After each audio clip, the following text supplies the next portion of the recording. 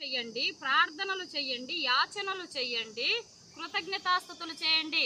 మరి రాజులకు, అధికారులకు, ప్రభుత్వ ఉద్యోగస్తులకు, మన దేశానికి దేవుడు క్షేమం కలుగు చేయాలని, మన రాజుల అధికారులకు దేవుడు మంచి ఆరోగ్యము, నెమ్మది, సమాధానము, మరి వారికి దేవుడు సన్నిధి తోడుగా ఉండాలని ప్రార్థన చేయమని పరిశుద్ధ గ్రంథమైనటువంటి బైబుల్ సెలవిస్తూ ఉంది. కనుక మనము ఈ యొక్క కొండ ప్రార్థనలో రాజుల కొరకు, అధికారుల కొరకు, మన దేశ క్షేమము కొరకు, మన రాజుల అధికారులు, ప్రభుత్వ ఉద్యోగస్తులు, మనుషులందరికీ కూడా దేవుడు తన సన్నిధి తోడుగా ఉంచున్నట్లుగా వారికి దేవుడు ఆరోగ్యము, మంచి ఆయుష్, నెమ్మది, సమాధానము, దేవుని యొక్క దయ ఎల్లవేళలా వారి మీద నిలిచి ఉండునట్లుగా ఈ కొండ ప్రార్థనలో మనమందరము కూడా ప్రార్థన, విజ్ఞాపన, యాచనలు దేవుని పాదాలు పట్టుకొని చేయడానికి మనమందరము కూడుకొని ఉన్నాము. గనుక ఈ కొండ ప్రార్థనలో వారందరి కొరకు మనం ప్రార్థిస్తాం. ఆమేన్.